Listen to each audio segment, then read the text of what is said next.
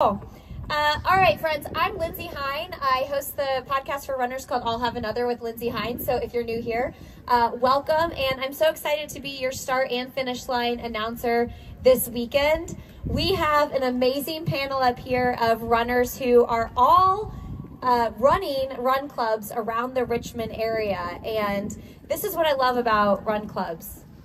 Running is a special thing, but the community that we build through our run clubs is so important in the mental health piece of this as well. So we're going to start with Anthony here. He's with We Off the Couch. Anthony, can you share what your story is behind starting We Off the Couch? My story behind starting We Off the Couch, I was 300 pounds. Lost 100 pounds. Doctor told me I was pre-diabetic, and I didn't want to do that to my family because I know what comes next with that. So I started moving. I'm from the inner city. I never knew that there was trails next to the river. I never knew there was access for me to be outside and move that way. But when I started moving, I fell in love with it. I played college football, but I didn't know. I just thought sprints were punishment, but I didn't know distance running could be enjoyable. So when I discovered it, it was discovery for me. When I discovered it, I started telling everybody. So it was one person, two person. Now we're over 700 people moving weekly throughout the week, 3 times a week. Mondays, we call it She Off the Couch. It's led by the ladies of We Off the Couch. And then Wednesdays and Saturdays, we're out there moving as well. So it's big community. Of course, we all know it's bigger than a run, but it's really about doing life with one another and just leading with love. So that's how We Off the Couch got started. When you said you discovered running, what did that feel like? Like, what did that mean to you? Because we all know what running is, but what did that mean? For me, it meant something new. It was I found that I was able to be free in a space that I didn't know existed, and then especially when I started seeing folks who looked like me that were running those trails, and we were out there. It's just like, hey, bro, I see you too, man. We outside, bro. So for me, it meant freedom, and it meant escape for me in a way that I hadn't ever been able to experience before. So Life-changing? Absolutely life-changing. Life-changing. Like, so, something that started out about, for me, losing weight quickly became about everybody else. Because I know, I felt like I was locked out of something that existed and I didn't know it existed. And so I had to tell everybody. So that's how it happened. So good. So good. Sue is with Sportable, which is an amazing organization that helps athletes of all abilities come together and do sport. Can you tell us a little bit about Sportable, Sue? Disabilities. Abilities. You're dealing with your disabilities, but you're showing that you still have the ability to do anything and try anything you want. And that's what's nice about Sportable. They have 18, 19 plus different sports and activities from young youth all the way up to 88. I played golf with an 88-year-old double amputee. And for me, I joke with them all the time, it's been a game changer. I got COVID and pneumonia in 21 and then became an amputee at the end of 22. And so this is only my second year on my leg. And when I started with Sportable in January of the first year on my leg, a couple months in, I cried in the car before I even went inside. So you're talking about community. I was scared to do something I had never done before. I was scared to look the way I did. And when I came in, I was greeted by the most warmest staff and volunteers, and then other athletes were joking around with me. They never saw the leg, nobody did, and just taught me how to use it.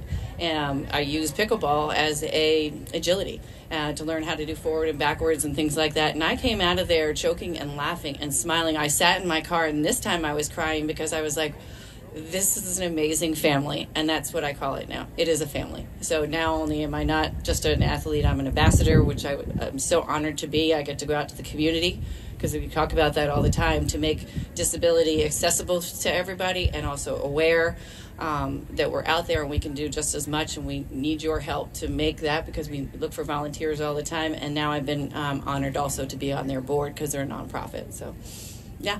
That is so beautiful. Love the applause. Tell us about that first experience with pickleball, though, and how you walked into that totally unsure of what you were walking into. The way, back up just a week or two prior, the way it works is you have to do it yourself first. It's taking that first step. I filled out the paperwork online, and within a couple of days, 24, 48 hours, Caitlin in the audience here, she called me and she talked about, oh, your disability qualifies you to do anything standing or sitting. So as an amputee, you can do sports either way. And I'm like, what disability? I kept going through, everybody grieves and does their journey in a different way. And for me, I was just treating this as a surgery for me. I've had so many. Excuse me, coughing, long COVID. But so when she said, well, how about pickleball? That starts in a couple weeks. And I'm thinking, pickleball? My kids played that in PE class. Like, I didn't even know what pickleball was. And I played tennis. And I said, okay, sure, I'll try it. And I hung up and she told me when it was and where to go and who was going to meet me. And Amy is another staff member, and her husband were just lovely. And they started this program with the funding from another amputee, Robin Yoder, who she has been monumental with Sportables as well. And she, through her campaigning and money, was able to fund all the rackets and things like that we got. And what a great sport. For me, it's agility. I play with a stroke patient who has no use of one side. He plays one-handed. When I started switching hands because I couldn't get it, he goes, yeah, nice. Well, I can't do that. So the joking and the laughter is just so much fun. And then to play with the wheelchair athletes. And then when I had, fast forward to a couple months later, I had to get nerve surgery done, and I had to play in a chair. And then the payback, oh my. They were hitting that ball into my lap and in my chair, and because if you hit a chair athlete, that's considered out too. So it's fun. It's that banter, and again, that community and that family involvement. But that first day was so scary. But like I said, to get back in that car and turn the tears into just tears of joy, and to be able to have that smile on my face saying, hey, now I know I can be all right. I can do this. So it was great. Oh, it's so good. Don't get me started on pickleball, because I might be as obsessed with pickleball as I am with running at this point in my life. It is so... Do we have any pickleball players out here? Is it not the most fun? It is so fun. Playing the chair, it's humbling because I can do both, and I did last weekend at a tournament that they had at Performance here in pickleball, and that was fun. So I played both. It's harder. Go try it. We could use the volunteers, though. Yeah. No promoting or anything. If you live in the Richmond area and you want to volunteer, I feel like pickleball is the sport where I find myself when I'm playing it, I have the biggest smile on my face. And the only other thing I know that I do that I feel the same way is when I'm like 5 miles into a run and I find that rhythm and you're just like smiling because you feel so fortunate to be able to move your body that way. Yeah. Okay, we're going to move on to Kleigh with Effect Run Club, a club built on community here in Richmond. Tell us a little bit about your club, Kleigh. Yeah. So I started my club with my best friend, Kiki. We had just got into running about last year, and we signed up for the half marathon last year. And it was just us two training, and we were like, okay, we need to not just be us two forever. And so we were like, all right, run clubs are cool. And we had never run with a run club ever in our lives. So the first run club run we ever did was like our own one. And so we knew that we wanted to be community focused. We were both student athletes, and so we knew the value in like having a team and doing something together because it's just more fun. And so when we first ran our half, our parents said it was the KK effect because Kleigh and Kiki. And so we were trying to figure out like, what the heck do we name our run club? And we were like, wait, let's just do Effect. And so that's kind of grown. And we started it last February. Our first run had like 75 people. And then our runs over the summer got up to over 300. So that was super fun to see the growth. But our community is super strong. It's so fun to see like people out and about on the weekends that you're like, oh, they definitely met a run club. There's a couple relationships, so that's fun. We're just waiting for an engagement soon. But it's been so beautiful just to see everything grow. And we've done a lot of partnerships with businesses in Richmond, which is fun. I'm family friends with the Blanchard's, best coffee in Richmond. And then Bingo Beer, we do happy hour run with them each week, so that's super fun. And then now we have 3 runs a week, so we do stuff on Saturday. And then we also launched a training team called Effective. And so that is a marathon and half marathon training team. So there's about, I think, 50 plus athletes doing that trained with us. So that was fun to launch within 1 year too. This is wild to me that 1 year ago you started this and there's that many people that are part of the group already. Do you feel that there's a surge in the young adult population getting back into like running races and things like that? Yeah, I think a lot of it, honestly, is like post-COVID, people just wanting to do stuff together, and the dating apps are dying. So it's honestly, I think a lot of it is people just wanting to come together and just organically versus meeting at the bar and stuff like that. So we definitely have like a heavy younger population when it comes to our run club demographic, but we have a wide range though. We have people, high schoolers that come while they're over home for break or the holidays and stuff like that. So it's just fun seeing the people that all come together and end up being friends. The dating apps are dying?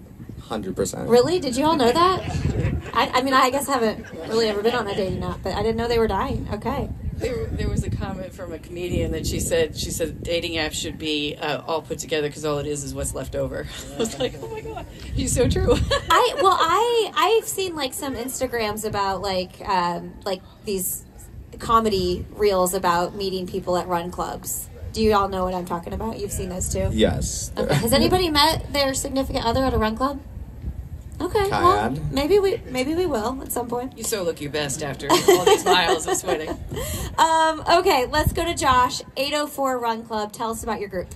Yeah, so I was lucky enough to inherit 804 Run Club from a good friend of mine, Sarah Nealon. So she used to own Tread Happy in Richmond. So think like a cycle studio, but just treadmills. And so when the pandemic hit and folks weren't able to attend classes, she started this run club in 2021. And so operated for a couple of years at a different location in Richmond, took a year off, and then selfishly I knew I was going to run my first marathon. And I was like, I would love some people to commiserate this long journey with.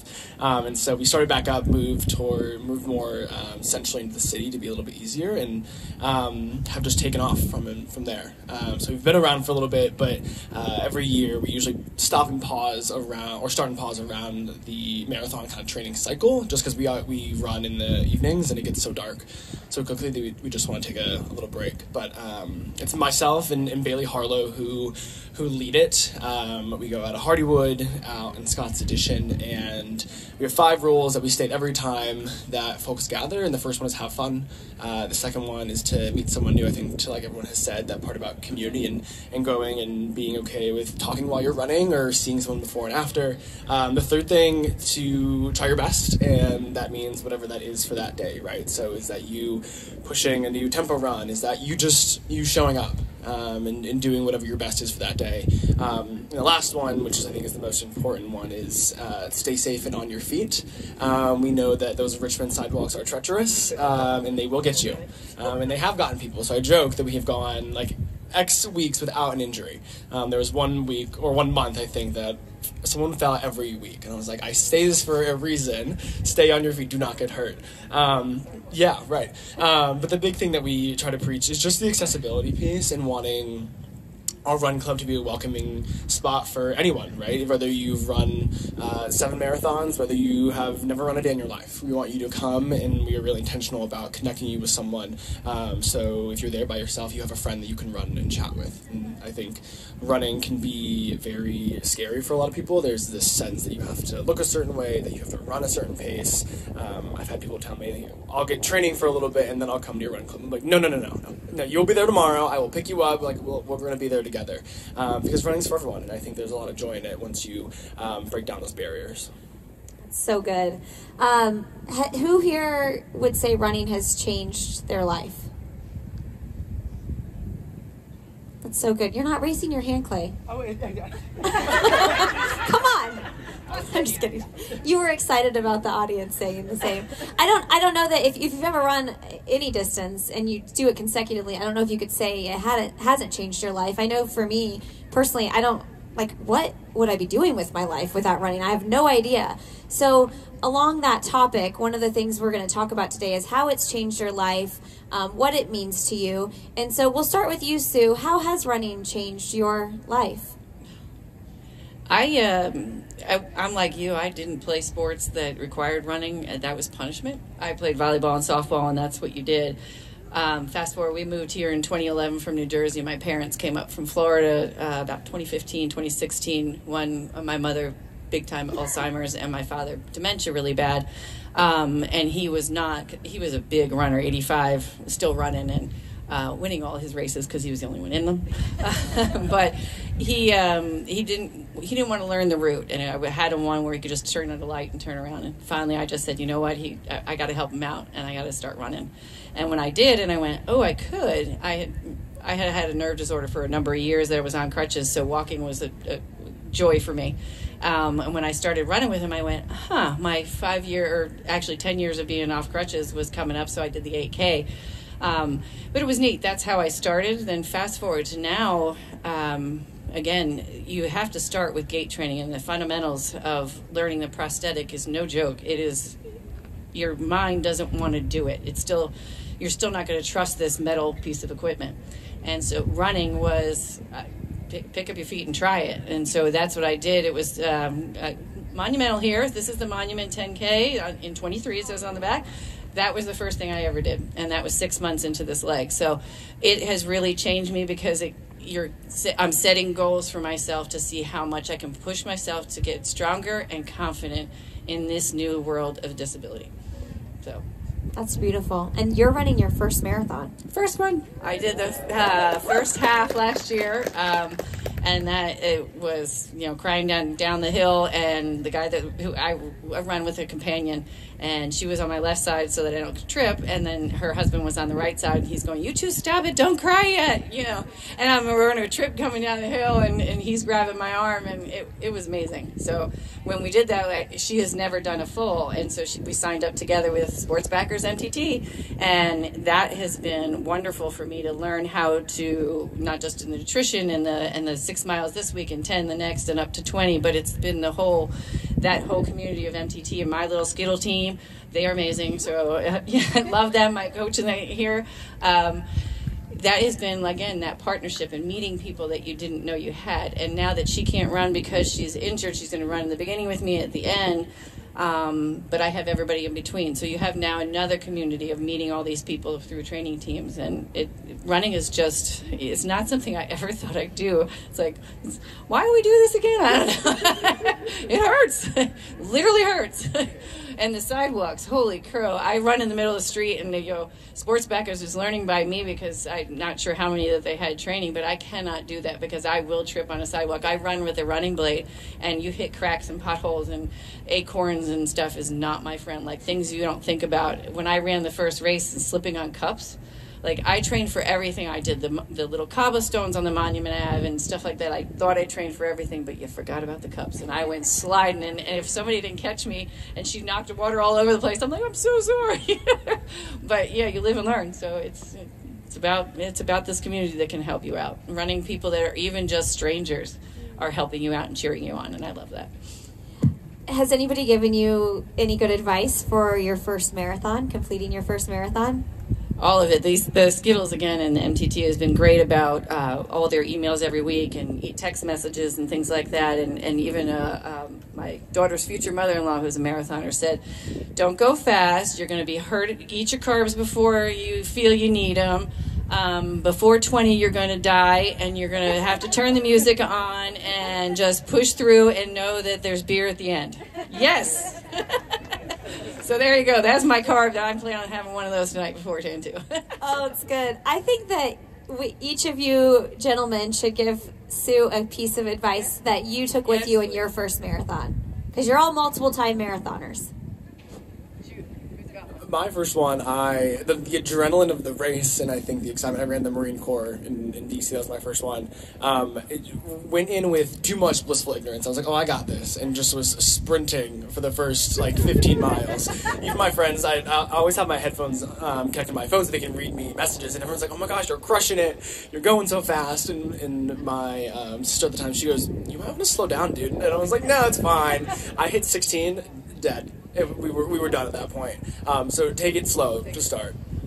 I mean, I have been there. Who has been there? Has anybody? I mean, you get to mile 7 and you're like, I am a champion. This feels amazing. And then you get to 16, 17, just like you said. That's when it hits you if you go too fast at 6 or 7. And you're like, okay, maybe they were right. That negative split thing, that means something. All right, who else wants to give some good advice to Sue?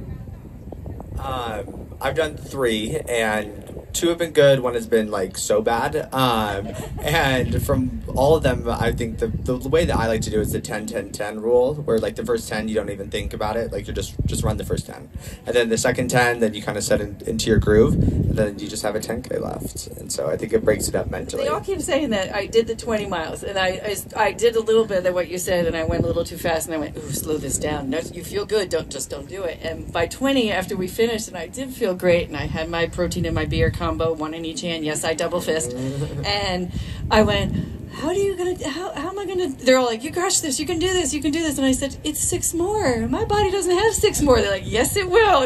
I'm like, okay. There's a race day enthusiasm that carries you those last 6 miles. And you'll be tapered, so. So, Sue, I would say have fun, right? Have fun, talk to people, meet folks. It's something that we say at the crew, personal best PRs. We call them personal relationships, right? So lock in with people, because, we're all out there doing something that hurts. So you really get to meet people out there in the thick of it that'll probably be, lifelong friends. So who knows? Well, I think we already are, and it's a couple of times I had to not train on Saturday and went on a Sunday and trained with the pink team, and they are so amazing too. Pink team, you'll see them out there; they're funny. And he said, just what you said, enjoy it. It's not about what time you make; it's about finishing, because you're a finisher. And I was like, yeah, I can roll down the hill; I'll be good. I'm curious how you all balance that, though, like, this is community, right? Like, your run clubs are so focused on community, but then you have your own personal goals as well, and maybe you want to beat certain times and things like that. So how do you balance having those personal goals, but also knowing that, like, this community focus is what's most important? I would say for myself, if the team can't go, then I'm not going. And what do I mean? Don't write the check if the team can't come. So it's, we've all heard it. You can go far and go fast by yourself, but we can go so much further together.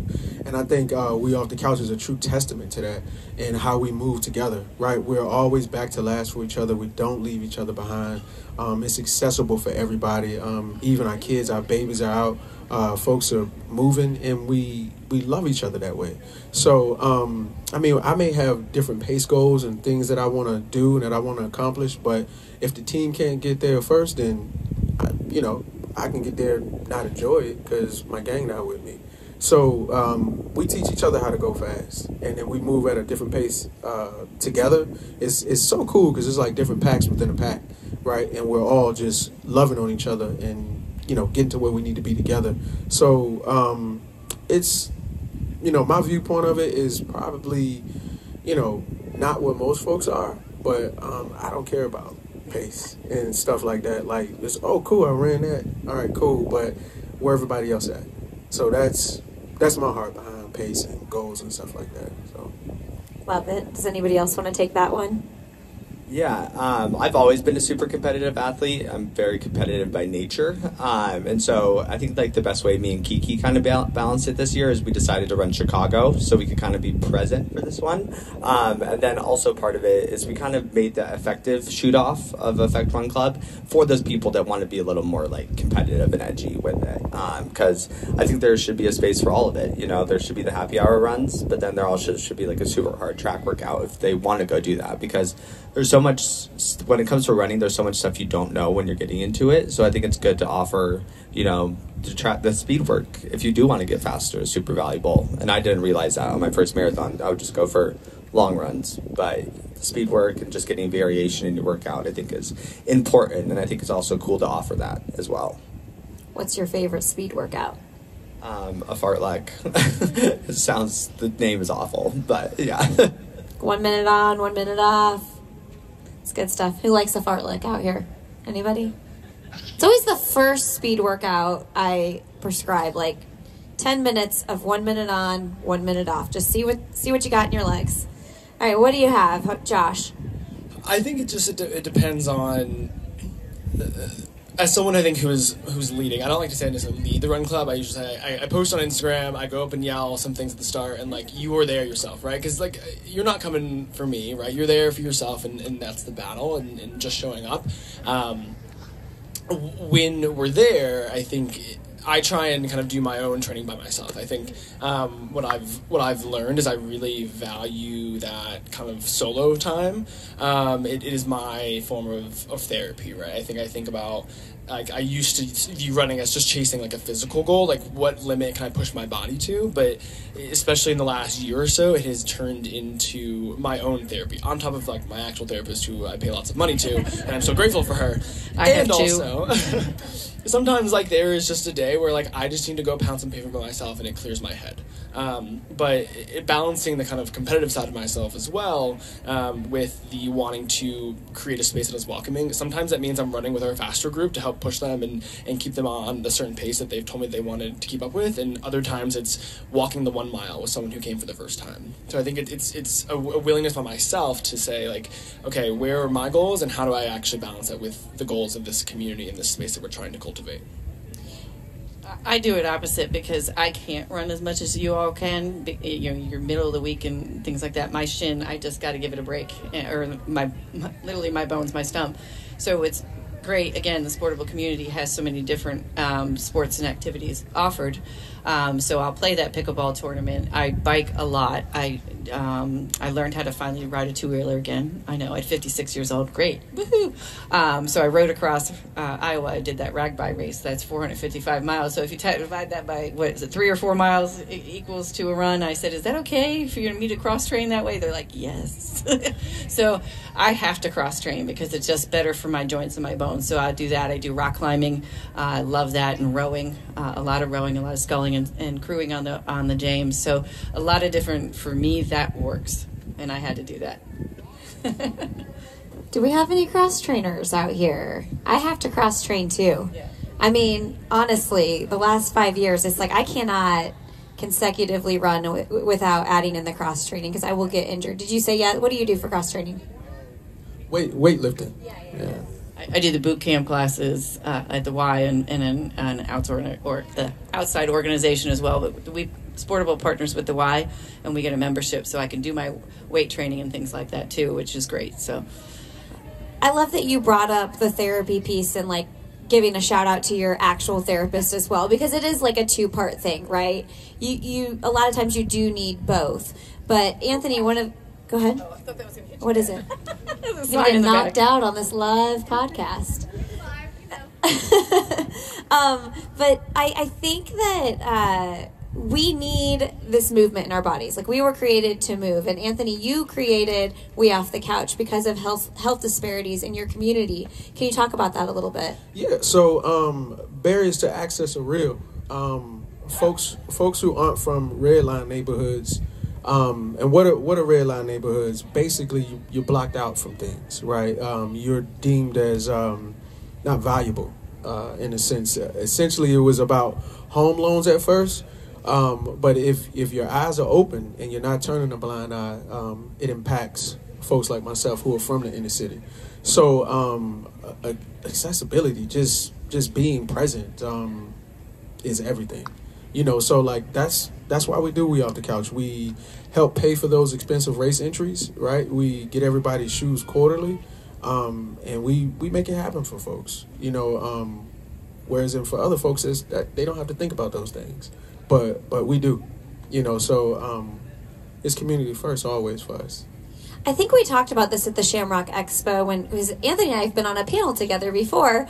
But are you seeing kind of like a revolution and like all these other run clubs popping up around the country? And what do you think about that? Like, where do you see it going? Well, the winter's coming, yeah. so it's going to get cold. But I don't know. I think if it's just about dating, then, you know, not that you can't find your significant other in that space, because you can. We have a couple who met at the crew. They're married now. They have kids. They own a home. I stood on the third floor of their new home that they moved in and sobbed like a baby because it's that showing up piece, right? So I think it could be a healthy thing, but I also think it could be a not so good thing. You know, if you're just popping up and, you know, the goal is just moving fast or whatever it may be, folks aren't going to get what they need like that. And maybe it's my social work background and understanding people, but I know we need each other. and it's got to go beyond just the surface things. You got to really willing to be able to do life with people. And speaking to that mental health piece, we tap into that all the time. As much as we say we off the couch, we encourage folks to get on the couch, right? Like whether you are sitting across from a therapist or, sitting in your car on the phone and say, I'm not doing good today. Mental health is a big component of what we do. So, I think, on that run group topic, I think folks have got to lead with love. If you are truly not leading with love, it's going to show and you're going to hurt people. People are why we're here. I didn't start the group, me personally, I didn't start the group to say, look at me. And I didn't start the group to, run all these crazy fast times. And not that that's wrong, but I think that we're just different and we're leading with people in mind first. And then when folks like, we have Mama B, I don't know if Mama B may be at the table, but Mama B started with a 2-mile beginners run, right? Where we're back to last, we're walking that mile with her, doing stuff like that. And she's going to do her first half marathon tomorrow. So it's things like that, that we're looking for. And I know every run group won't be like ours, but I think you can have longevity and you can say that this thing is probably going to be this when I'm no longer here. When I'm 6 feet, somebody's preaching my eulogy over top of my casket. Between that birth and that death date, for me, what are people going to say? Was it about Anthony or was it about people? So, and that's what we look to at We Off the Couch. We look for how this thing is going to impact generationally and how it's going to encourage people to continue to move when we aren't doing it anymore. So maybe it's my social work mind, but I think run group, any type of group, anything you're leading, you better be thinking about people. Yeah, I think it's such a good point. We can get some claps out here. I think the second you start thinking about how big can this be for me, or how far am I going to go, it kind of takes it. The real purpose takes a back seat. And I think we can think about that with our careers, with raising families, anything that we're doing, we can have that mindset. As far as the running industry goes, though, do y'all see, what do you see with your run clubs? What is the goal? What do you ultimately, at the end of the day, well, you kind of just shared that, Anthony, but what do you all see with your clubs? I think for me, it's just movement generally. It doesn't need to be running. I'm gonna take a little excerpt from a friend and mentor of mine, Erica Porter, who owns Endorphasm here in Richmond, and our bodies were designed to move, right? I think in whatever way that looks like at that time, and providing a space where people can do that, feel comfortable, feel safe, meet them where they are is really vital. And that's, again, it goes to the portion that I touched on earlier about kind of the therapy. I know that I feel better when I can keep moving my body, and what Erica says is when your body stops moving, you die, right? That it's kind of that point of when the end is near. And so if we can encourage folks, if I can talk to folks about the joys that running has brought me, but the joys that the movement brings me, and in that kind of, I didn't really believe in that runner's high for a long time, definitely not through my first training, and I think it was through the second training. I did a 16-mile run, and it just clicked for me. I felt euphoria, my mind was clear. I was oh, I can do absolutely anything. And it's not always running for people, right? Sometimes it's just walking, sometimes it's coming to HIIT classes, sometimes it's swimming, it's pickleball, right? And so just exposing them to the joys that movement has. And I think the health industry and the fitness industry, I think, is moving, at least the spaces that I see, is moving more towards that, right?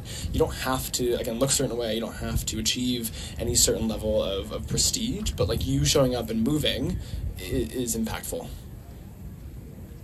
I was going to say, I think all of that's true, because whether you're able-bodied or disabled, I think all of our groups are expanding and growing because of that mental and emotional.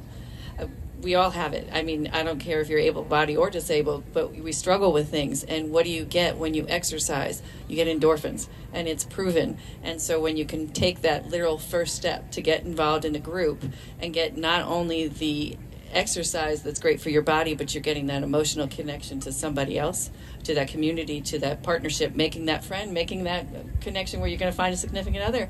I'm hopeful that will help me. Come on. But yeah, I mean, what a great idea. I mean, because anything, again, disabled or not, your emotional and your physical well-being go hand in hand. And you can only do that if you have partnerships like this. What do you do when you're like not feeling committed? Like when you're like, I do not want to get out of this bed and do this. Do you have any suggestions? He's waving, but he's not raising his hand. He's welcoming friends. Yeah, I have something. Do you know Mel Robbins? Oh, yeah. Yes, yeah, she's the best. But it's like the 5, 4, 3, 2, 1 rule, and so you just say 5, 4, 3, 2, 1, and it's easier said than done. But you just literally just get up after once you get to 1, and I feel like a lot of the times I do that. And then honestly, I'm not gonna lie, there's like so many days where I'm just like, I really don't want to do it, but Effect kind of keeps me accountable. And me and Kiki were saying, my co-founder, we were saying we think our Chicago training was so great because we like physically had to go to so many runs, and so we were like, okay, that definitely helped. But I think also just having like the run clubs that have, or like with the run clubs, we now have 3 runs a week, and then Effective is 2 runs a week. So you could run 5 days a week with us, which is nice, just having something built out on the schedule. So I think joining a run club keeps you more consistent. Okay, Mel Robbins. Do you guys know Mel Robbins? I mean, I'm so glad you brought her up. Her, along with Real Therapy too, I swear she helped me conquer my fear of flying. She has this thing she talks about called this grounding thing. Box breathing. Yeah, and like when you're on the plane, like you think about like the person you're gonna hug when you arrive and all these things. And I'm like, she had this one podcast episode that totally changed how I viewed that because it was something I struggled with for a long time. And the thing about Mel Robbins is her stuff is so simple, but it works, you know? Okay, that was a tangent. Go on. For somebody like me that can't read, my long COVID is no joke. The cognitive ability to read or any like how. So to have podcasts to be able to listen to that in the car and be able to rewind it. What did she say again? And take notes so that I can read it later because I won't remember it. Yeah, like you said, it's simple. It's 5 steps, 3 steps, whatever it is. And whatever works for you, just try something new. Yeah. I think I'm very much a morning workouter. Like that is when I hit my prime, or where I'm gonna like know that I'm gonna do my best, like physically and mentally. So having a run club in the afternoon, I think it really has been challenging. A lot of the times, I would see it as sometimes it felt like a chore, right? I was like, I don't want to, I would rather sit on my couch. Maybe I'd coach that morning, so I've been up since 4:15. I'm like, you know what I want to do is just sleep and sit on my couch. And so reframing it as like, I also need this group. And there were so many times where I was like begrudgingly driving there. I couldn't find parking, and I was like, wow, God, let me just turn around and go home. But really felt like I needed to be there, right? Not to lead the people, not to get up there and yell, but like I needed my people there to show up, and for them to be present for me and to lead love with me and give me love. And every time by the end, I was like, okay, I'm glad I was here. Like I'm glad that I did it. Whether the run went great or it didn't, or for whatever, maybe it was raining, whatever, I was glad that I showed up and got to see the people who I've cultivated relationships. My friend Sam just walked up, and I used to call them my boys, right? They all ran together. I think all or 2 out of the 3 of their families have brought in new children, and so I was like, I have to go see them and talk to them if they're there, right? And so I think going there for that opportunity and proving to myself that like, okay, I also need this space. This is not just for everyone else, like it's for me too. So, everybody say uncomfortable. Uncomfortable. Come on, y'all say it with me like y'all alive. Say uncomfortable. Uncomfortable. If you really want to create like real impact and really see success in other people's lives, you're going to have to get uncomfortable. And you're going to have to build a team of people who are going to know you're uncomfortable, who are going to know how to love you, right? Who are going to have to know where you are when you're having tough days and you don't want to get out the car. Because I have those days, because I'm a human. You're right, and I'll call up Daryl, I'll call up the board, I'll call up the folks, say, hey, I need somebody else to tag in today, I can't do it, right? So, you're going to have to get uncomfortable. Like, in this thing, when you're building something like this, like, you're going to have to put yourself to the side sometimes. And it's okay to do that, to build something else and to build up other leaders, to build up people who also feel the same about this vision that you have, and to be able to push that thing forward. You know, so in self-care, right? Like self-care is like, I have my solo runs. I go in the woods. I scream really loud. I run. I have a therapist as well, right? But, you know, self-care is bigger than just going to the spa. It's bigger than just, you know, going for the run, right? Self-care is really checking in with yourself and making sure that you are okay. And if you are not okay, tap in with people who love you, who have your best interests in mind, and who are going to tell you the right things about yourself. You know, so, yeah. He's given some, like, parenting advice in there, too. I heard it in there. I heard it. I was going to say Sheltering Arms is where I did rehab twice. Once after amputation, once they call it boot camp when you get your leg. And she had me write a sticky, get comfortable with being uncomfortable. And I had that sticky in my bathroom, on my nightstand, and in my car.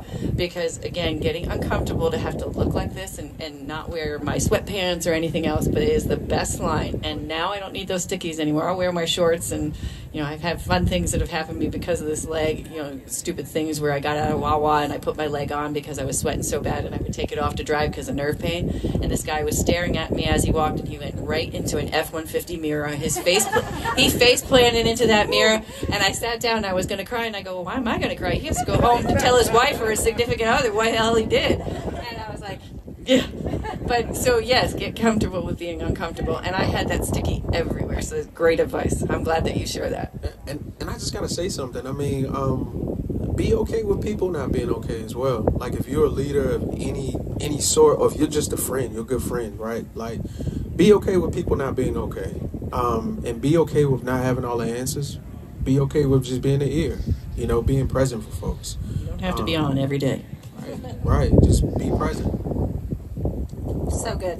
That's so good. Sue, tell us a little bit about the acceptance process. Like, when you realized you were going to lose your leg, like how you overcame the hard feelings that surrounded that. And now look at you. You're about to run a marathon on that leg. This, a lot of amputees, if you meet people and you talk, it'll be military for whatever reason, a diabetic, a cancer, or something like that, a car accident. I chose it, and that is super, super hard. Again, COVID, pneumonia, and September I had my first wound of 21, sorry. 21 was out of COVID, so I had my first wound in 21, and by August is when I got amputated, so I tried everything to fix it. And when you make that choice, and you have to tell, I have 4 children and ex-husband, and he was the one that had been with me in my journey before we were battling a nerve disorder, which is another long story. But he kept going, keep trying something else. You know, this is forever. This is forever. Your life is going to be so hard. And I'm like, I understand that, but I can't do this anymore. My health was plummeting.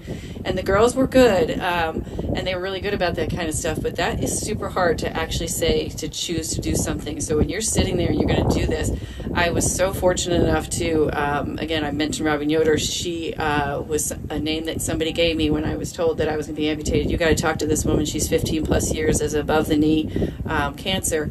She spent 2 hours on the phone with me, kept having to put me on hold. She was at work, and she gave me the prosthetist I was going to go see, the PT places I was going to go to. So it was everything, so I could start that journey and have the best resources. Again, you get the resources. So, and then again, fast forward 2 therapists later, I still have them.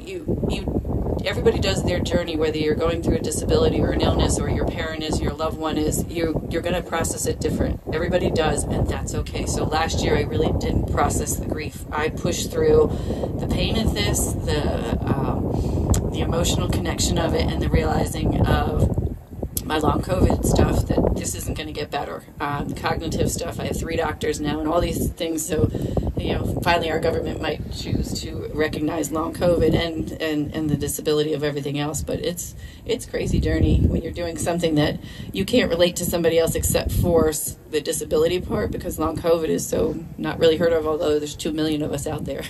But it's a tough journey. But I think you can relate to other people who have also had to go through a journey, whether it be emotional or physical. And that's when you tap in, like you said, you have to tap into somebody and ask for help, especially because I live alone. And that was hard. And I have my little fuzzy butt to get my little 4-legged dog. He does therapy work at Sheltering Arms. He runs with me. He's up to 6 miles, little boy. He's doing good. Capitol Trail, I used to run back and forth. And so me giving back that way helps me process my emotions and my journey. And that's just the easiest way to do it, is to give back. And I found this great community to do it with, Sportables and Sheltering Arms, and just my shirt tomorrow, you'll see I'm going to wear bright green that Lucky Road shoe store has given me, because they give me my sneakers, and it'll have Sportable on there. It's going to have Powell Prosthetics. It's going to have Therapeutic Adventures, and all these people that have helped me from my PT all over my shirt, and on the back it says thank you, because you can't do your journey without having that family connections, or those connections from so many places, and know where to reach out when you're going through what. So good. And the resounding theme here is community, I think, that we've all talked about.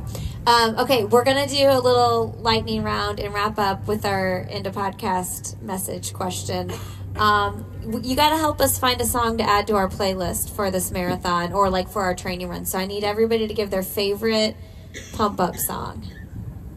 Like a G6. Nice. This is specifically at the end, but and I Want to Dance with Somebody, Whitney Houston, is like, I think is the thing that I will play like 4 or 5 times in a row. Like if I do the last 10K, like it's gonna get me through that last bit. That is the best. I love that song so much. I have too many. I have the Miley Cyrus Kleigh one. I have my Pink, who, and Kelly Clarkson, when it doesn't kill you, going to make you stronger. And I'm a Jersey girl. Bruce Springsteen will get me through everything, and so will Bon Jovi. So there you go. Anything 2000s southern trap rap music, Waka Flocka Flame, Hard in the Paint, anything with that 140 tempo, you know what I'm saying, get you through there, bow, bow, you know what I mean, so, but y'all hear that at the cheer station tomorrow, but anything that gets you going, man, yeah, so. Your run clubs need to have, like, Spotify playlists. Do you have that? Okay, all right. So this is not like a marketing genius idea to me. You already have that. Okay, best like motivating book, podcast, anything like that you listen to or read to get you in the right mindset. We do the Mel Robbins stuff. That's what I do. I would say my man Jason Wilson from out of Detroit. He has a series of books, but one of his books that really blesses me as a black man is called Cry Like a Man. Right? It's a beautiful book, and it's great for women to read as well. But Jason Wilson, I just love that dude. It's a good dude. Again, sticking with the therapy, I love a little Brene Brown. Little just vulnerability and shame, and it allows me to like really sit with it and think about it, as opposed to if I'm sitting and listening at home, I'll like teeter and do other things. Like I can just keep moving and listen to those wise words. All right, so we're gonna wrap up with last message to leave with the audience, and it can be around your run club, it can be around the Richmond Marathon specifically, running your first marathon, whatever is stirring in your heart. I'll start. I think for anyone, this goes beyond the running, but specifically for anyone doing their first race tomorrow, whatever distance, I think just be kind to yourself. As you're running, there are moments it's going to be tough, and it's going to suck, and you're going to hurt mentally, physically, emotionally, but be kind to yourself. So whether that's saying nice things to yourself out loud, I'll be writing like people that have helped me through this journey and nice words to myself on my arm so that I can like physically read it, but just be kind and take that into your personal life as well. It's not just running, but just being kind and gentle with yourself and proud of what you have accomplished. I got a sweet text from my friend Sophie King the night before my Chicago Marathon this year, and she's a crazy athlete. She's one of my good friends. Her first marathon, she got her Olympic trials cut.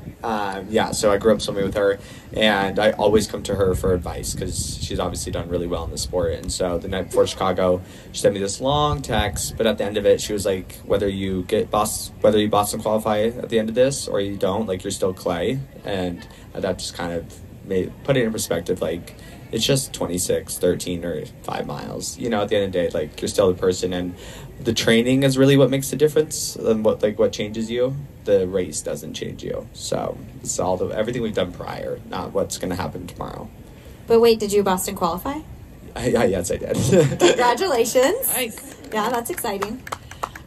I've always been that person that kind of pushed things on their own and did things on their own, and kind of never was one to reach out for help. And I think with this journey now from COVID to finding Sportable and other organizations to help me, I don't want to be that person anymore. I love that when people cheer you on the side of the road and they're encouraging you, and then in turn I might be motivating them too.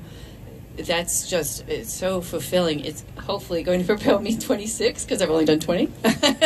But I think that's the biggest thing. The biggest thing is you don't have to go through anything alone, whether it be run or whatever else you're trying to do. And I love that because I don't want to go back to that. I love having all these different families, from friends to different communities that I'm involved with.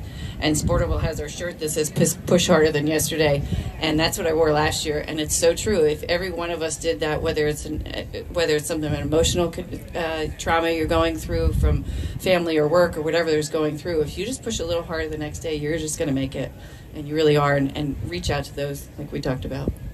You will get those last 6 miles. You will do it. I'm gonna be looking for you. We are having that beer at the end, right? That's good. Yeah, what I'm talking about. But well, that was loud. Yeah, but keep being a good human. Just keep being a good person. Keep being kind to yourself, being kind to others, making space for people. But also, I would say add value to other people, right? And success, what is success? Success isn't just the stuff. Success just isn't the accolades. Like here we racing, it isn't the fastest times.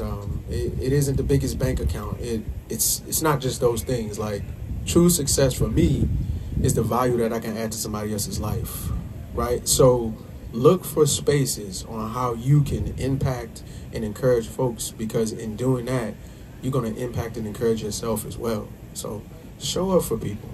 Add value to people. That's success. Well said. I love that. I was just, throughout this conversation, I was thinking, I think I'll add something too for your marathon tomorrow. I think when you're at like mile 20, or if you're doing the 8K or the half and you're at mile 10 or mile 4 and it hurts really bad, I like to tell myself, accept it. Accept where you are right now. This doesn't feel so good and you're going to be done very soon, but just accept it. Stay right where you are and just keep on going. Keep on going. So that's kind of what I tell myself when I'm in those hard sections of the marathon. I'm Lindsey Hein. I host the podcast I'll Have Another with Lindsey Hein. I have some koozies here if anybody would like one to take with. And thank you all so much for joining this panel. Josh, Kleigh, Sue, Anthony, we appreciate your time and all that you're doing for the running community. Thank you, Richmond, for having us.